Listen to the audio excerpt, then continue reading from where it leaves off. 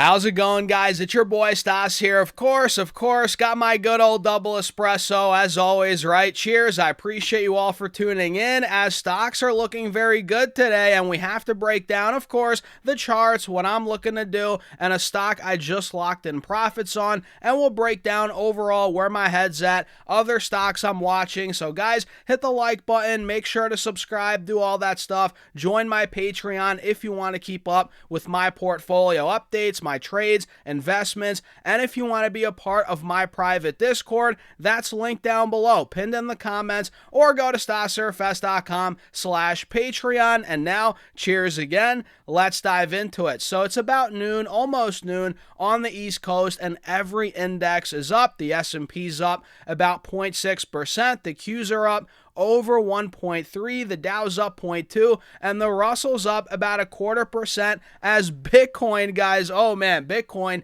keeps on getting hit. It is down 3%. It's at 58.6, and Michael Saylor might be in trouble, guys. MicroStrategy, what's that other company? Stretch? I don't even know, man, but they're going to be in trouble. They're already in trouble. But either way, man, Bitcoin aside, everything is green right now. Oil is creeping down. The VIX is down 4.5%. And yeah, at this point, man, we're approaching a breakout spot on the charts. So let me dive deeper into that on SPY and on the Qs. Then we'll talk about a profit I just took on a stock here and break down other stocks I'm watching. Maybe a new trade I'm eyeing up right now, guys. So pay attention throughout this entire video. So looking at SPY here, check this out. We're pretty much at the top of this channel that we've been trading in pretty much all of June. And by the way, today's the last day of June, man. Where the heck is this summer going? I feel like the summer is flying by. We're almost in July. Hope you guys had a great June and have an even better July. And historically speaking, guys, July is a very good month for stocks, way better than June. So let's see if history repeats itself, right?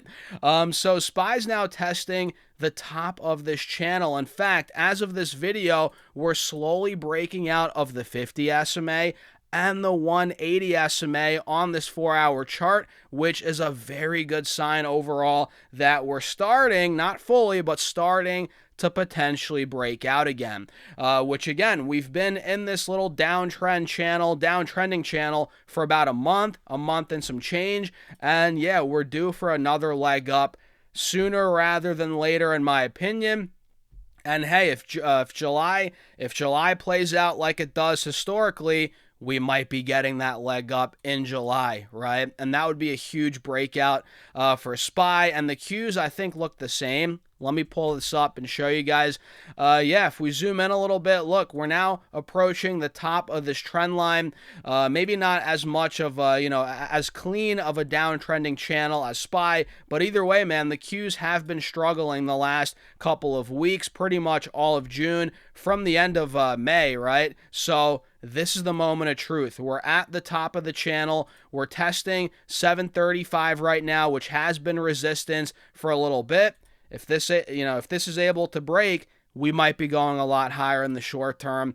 And yeah, July could be looking very good, like the stats show us, right? So look, man, not all, it's not like all the time stocks go up and to the right. There are periods where we cool off. It could be a couple weeks, could be a couple months. And in this case, yeah, we've been cooling off for the last 4 or 5 weeks, and this could be the point where we're starting to break out. So what do you guys think about that? Let me know in the comments. And again, the VIX is falling. Bitcoin is not participating in this rally at all. I mean, it's been down and out for months now, and yeah, it's rough. I hate to say I told you so. Bitcoin tried breaking through 80K a couple months ago. When was that? Not even, man. That was just less than 2 months ago. We tried breaking 80, and I told you guys at that time, if we fail to break 80, 82, which was support all throughout the end of last year, early this year, if we fail to break through, I told you guys we might be going a lot lower. And we failed to retake that level, which was not good, man. And it's been down since. Now we're taking out the lows from February, which is not a good sign. We're back in the mid-high 50s. And honestly, man, I think Bitcoin has more downside before it has upside again. And that's just my opinion. And I haven't bought Bitcoin in months. I'm pretty sure the last time I bought it was back in the 60 range, low 60s, back in February, and now I'm just waiting. Look, I'm just being patient. If this could get down to 50, 45, 40K, okay, I might back the truck up on some Bitcoin, guys, but for now, I'm just holding on to what I have. And mind you, I'm not a huge Bitcoin guy. I don't have a ton of Bitcoin. It's just a little sliver of my portfolio that I'm still looking to add more to, but not just yet. Not quite yet. But I did add some SpaceX a couple days ago, and I locked in that profit today at $171 and about 40 cents, and now we're back under 170, so I'm glad I locked in the profit when I did, guys. So I bought some shares at $165-ish.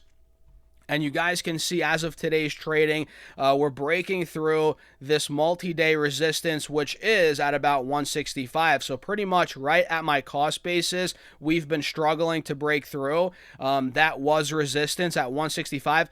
Now that we're starting to break through, I figured, hey, let me lock in the quick profit. SpaceX is still very volatile, and honestly, I still think it's overvalued. And, you know, the goal of the trade was successful, right? It's been completed, so I figured, let me lock in the game, let me raise some more cash and move on from SpaceX. It never was a long-term investment, obviously, right? I've been critical about SpaceX. It was a trade going into it, and again, the goal has been completed. I always wanted to sell in the 170 to 175 range, maybe 180. 180 was kind of pushing it, and you know, I sat on the trade for a couple days.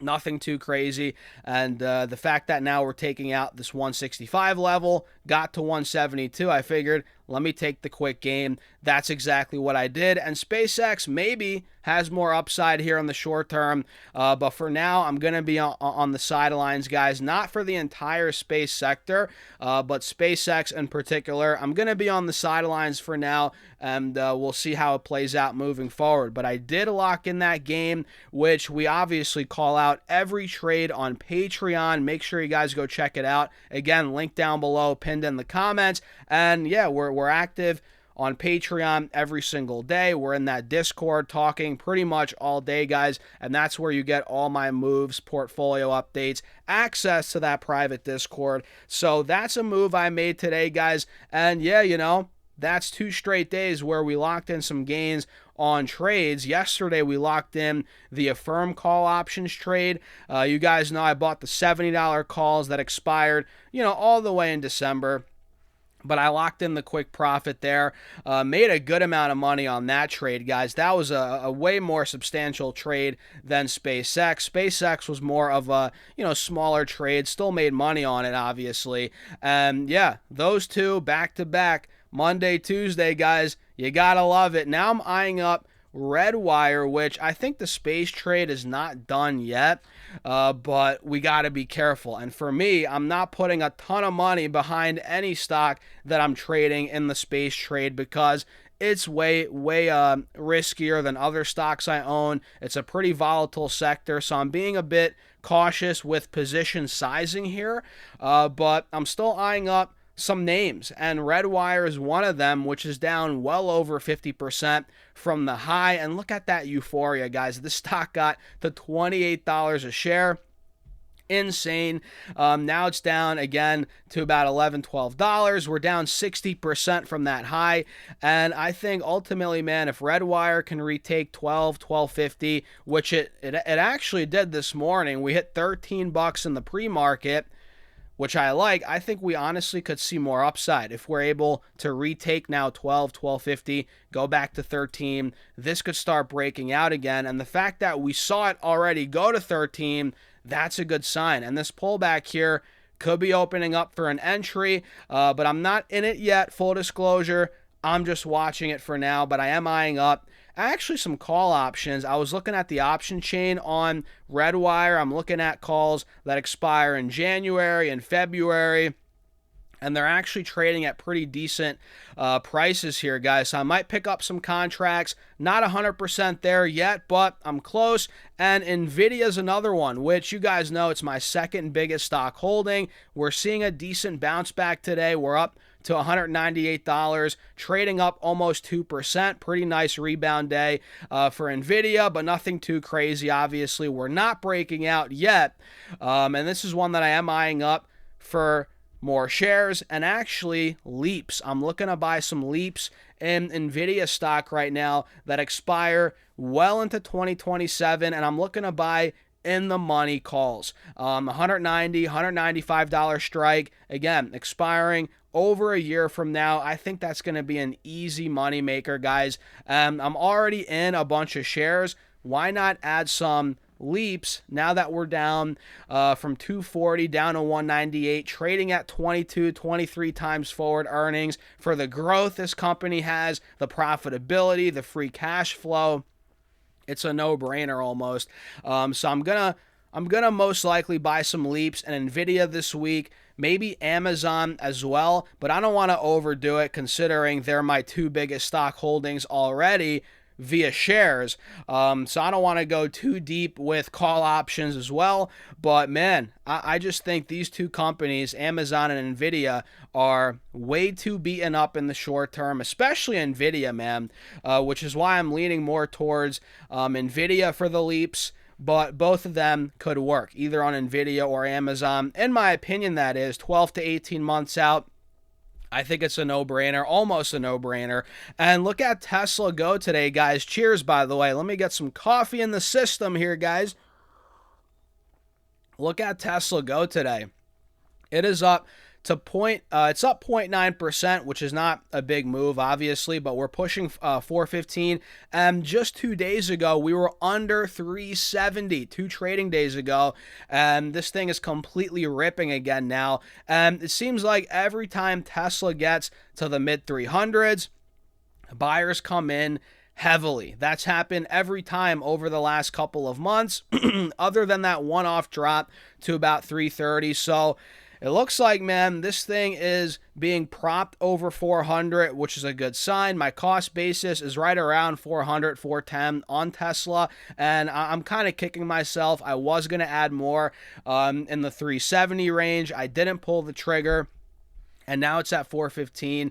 And look, I'm letting my position ride. I still think we're going to $500 by the end of this year. And that's where I'm looking to lock in some profits on Tesla. So it's going in the right direction, guys. And we're trading back over these moving averages for the first time in a couple of weeks, which is a good sign on the stock here on the 4-hour time frame. And Rivian, guys, Rivian's building up some momentum, which I think ultimately a breakout is coming on this stock above $17, $18, really $18. If I pull up this or zoom in a bit on this 4-hour chart, you guys can see we do have a clear resistance at about $17, $18, but we did get a lot of buyers to come in at about $14, $15, which this stock's been trading sideways for a couple of months, bouncing off $14, $15, getting rejected at $18, but eventually, like I said, I think we're going to break through,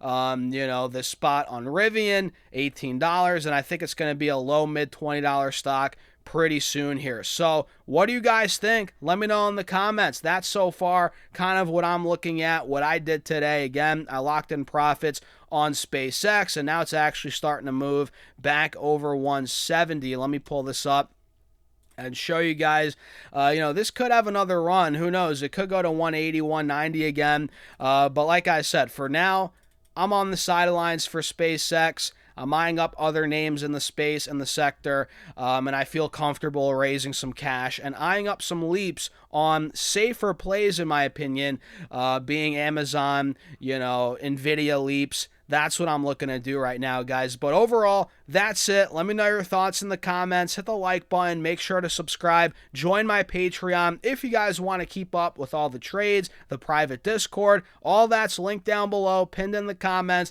or go to stasurfs.com/Patreon. And with that being said, cheers. I'll see you guys in the next video.